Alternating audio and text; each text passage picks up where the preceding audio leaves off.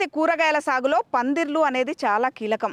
పందిరి మీద కాసిన కూరగాయలకు ధర కూడా మంచిగా దక్కుతుంది. అసలు ఈ పందిర్లలో ఎన్ని రకాలు ఉంటాయి, ఎకరాకు ఎంత ఖర్చు వస్తుంది, తదితర అంశాలన్నీ తెలుసుకుందాం.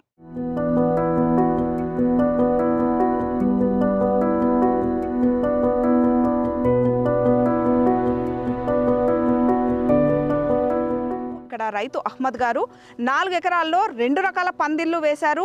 ఈ 2 రకాల పందిర్లకు సంబంధించిన డిఫరెన్స్ ఏంది, ఖర్చు ఎంత వస్తుంది, తదితర వివరాలన్నీ వారిని అడిగే తెలుసుకుందాం.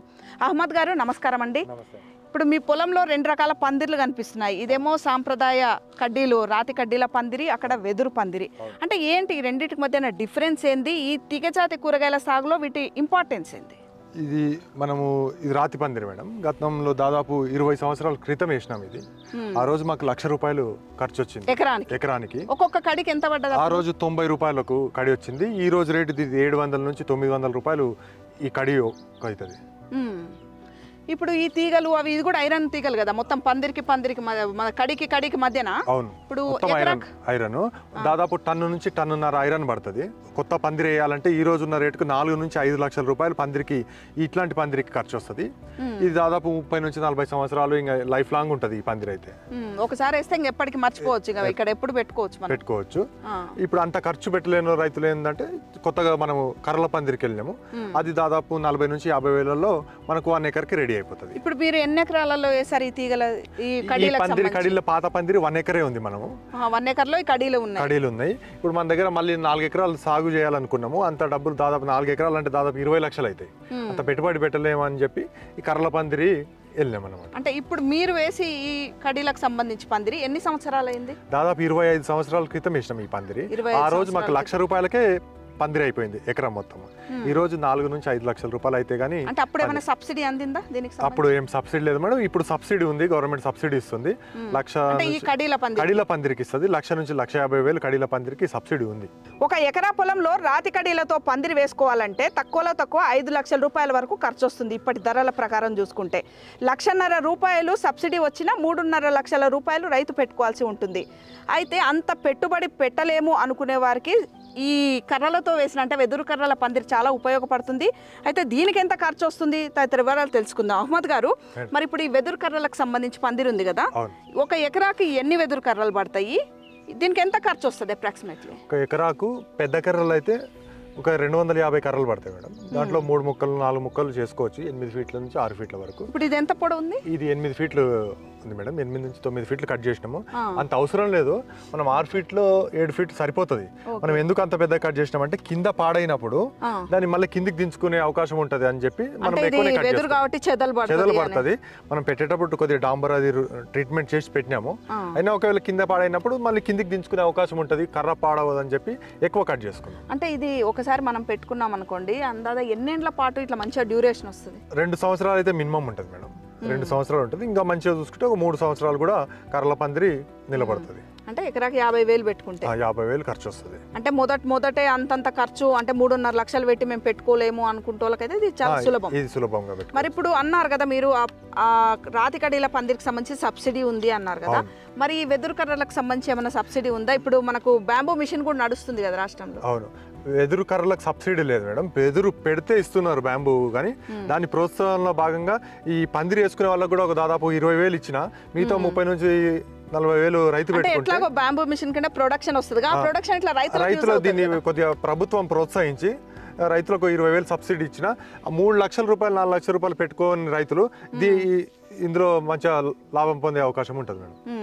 అంటే ఇప్పుడు మరి అక్కడనేమో మీరు ఐరన్ కట్టారు కదా, కడికి రాతి కడికి మధ్యన, మరి ఇక్కడ ఐరనే కట్టారా, ప్లాస్టిక్ అక్కడ కనిపిస్తుంది, కొద్ది చోట్ల ఐరన్ కనిపిస్తుంది? లేదు, ఇక్కడ కూడా లైన్ టు లైన్ మొత్తం ఐరన్ యూజ్ చేసినాము. ఇటు కానీ మధ్యలో ఇది ప్లాస్టిక్ వైర్ యూజ్ చేసినాము. ఓకే, అట్లా. ఇది మరి దానంతా ఆపుతుందా? ఆల్రెడీ మేము 2 పంటలు తీసినాం, ఇది 3వ పంట. సేమ్ అది ఎట్లుందో ఇది కూడా అట్లే ఉంది. ఇప్పుడు మీరు ఎన్ని ఎకరాలలో వేసారు ఈ వెదురు కర్రలు? 4 ఎకరాల పందిరి ఉంది మేడం మా దగ్గర. మరి కర్రలు ఇవన్నీ ఎక్కడి నుంచి తెప్పించారు? మరి ఆ ట్రాన్స్పోర్టేషన్ తో కలిపి రైతుల దగ్గరికి ఇక్కడికి వచ్చే వరకు ఎంత అవుతుంది? మనం సత్తుపల్లిలో ప్రభుత్వ డిపో ఉంది, అక్కడ పోయి మనం యాక్షన్లో పాట పాడి మనం 1000 కర్రలు తీసుకున్నాము. 1000 కర్రలు ఒక లారీ పాట పాడి దాదాపు 50,000 55,000 ఆ రోజు మనకు ఆ రోజు ఉన్న రేటుకు మనకు వచ్చింది. ఒక 25,000 ట్రాన్స్పోర్ట్, ఇంకో 13,000 లోడింగ్ ఛార్జెస్ అనేది తీసుకున్నాను. మొత్తం ఓవరాల్గా ఇక్కడికి వచ్చే వరకు మనకు ₹1,00,000 పడ్డది. అంటే ఒక కర్రకు వచ్చి ₹100, 25 ఫీట్ల కర్ర ఉంటుంది. దాంట్లో మనం కట్ చేసుకొని 3 కానీ ఒక దాంట్లో 4 కానీ ముక్కలు అయినాయి అనమాట. ఇప్పుడు ఎంత లోపలికి నాటారు ఇది? ఇది 1.5 ఫీట్ లోపల ఉంటుంది మేడం. ఈ లైన్ టు ఈ లైన్ 8 ఫీట్లు తీసుకుంటాము. కర్రకు కర్ర 12 ఫీట్లు తీసుకున్నాము. ఇట్లా మనకు దాదాపు 250 నుంచి 300 కర్రలు పడతాయి. మనం కర్ర టు కర్ర డిస్టెన్స్ 12 ఫీట్లు యూజ్ చేస్తాము. లైన్ టు లైన్ 8 ఫీట్ల నుంచి 10 ఫీట్లు యూజ్ చేస్తాం.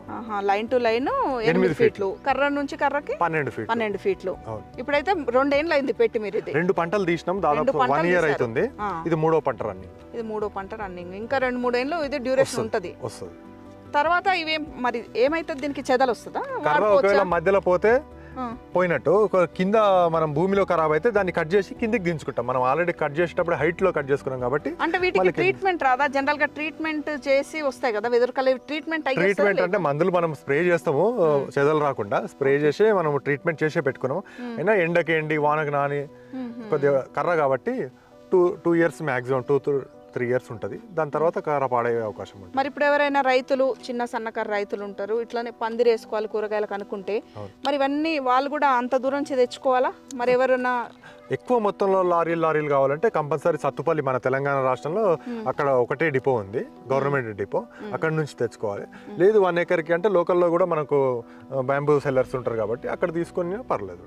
అంటే గుంతలు తీసి పెట్టి చేసే వరకు అంతా 50,000 అవుతుంది. మనం ఎట్లా చేయాలనేది డిస్టెన్స్ అంతా మనం ఈ వైరు ఏ వైరు వాడాలి అన్ని రైతులు ఎవరైనా వస్తే వాళ్ళందరికీ మనం చెప్పడం జరుగుతుంది, ఇస్తున్నాము. వాళ్ళు కూడా ఇప్పుడు పెట్టుకుంటున్నారు కొంతమంది. తీగ ఎంత పడుతుంది దానికేం మీరు అన్నారు కదా? ఒక టన్ను పడుతుంది మేడం దానికి. ఇది ఓన్లీ 1 క్వింటాల్ అయితే సరిపోతుంది. ఇది ఓన్లీ కర్ర టు కర్రనే వాడతాం. ఇటు కర్ర టు కర్ర వాడతాం, ఇటు కర్ర టు కర్ర వాడతాం. మధ్యలో మొత్తం వచ్చేసి ప్లాస్టిక్ వైర్ ఉంటుంది. ఈ ప్లాస్టిక్ వైర్ ఇది కూడా దాదాపు మనకు 1 ఇయర్ 2 ఇయర్స్ వరకు ఉంటుంది. ఇది కూడా చాలా స్ట్రాంగ్ ఉంటుంది. ఇది ఖర్చు తగ్గించుకోవాలని చెప్పి ఇది వాడతాం అనమాట. తీగ పంటలు సాగు చేస్తే ఖర్చు తగ్గించుకోవాలంటే ఈ విధానం చాలా మంచిగా ఉంటుంది. చాలా మంచిది.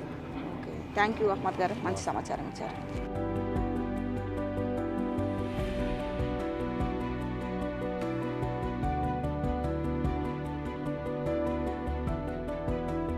ఎవరైనా తీగజాతి పంటలు పండించాలనుకుంటే మొదట్లోనే పెట్టుబడి ఖర్చు తగ్గించుకోవాలనుకుంటే ఈ వెదురు పందిర్లు చాలా ఉపయోగపడతాయని రైతు అహ్మద్ గారు చెప్తున్నారు. ఇది ఈనాటి రైతు మిత్ర. మరో రైతు సంబంధిత అంశంతో మళ్ళీ కలుద్దాం. అంతవరకు సెలవు, నమస్కారం.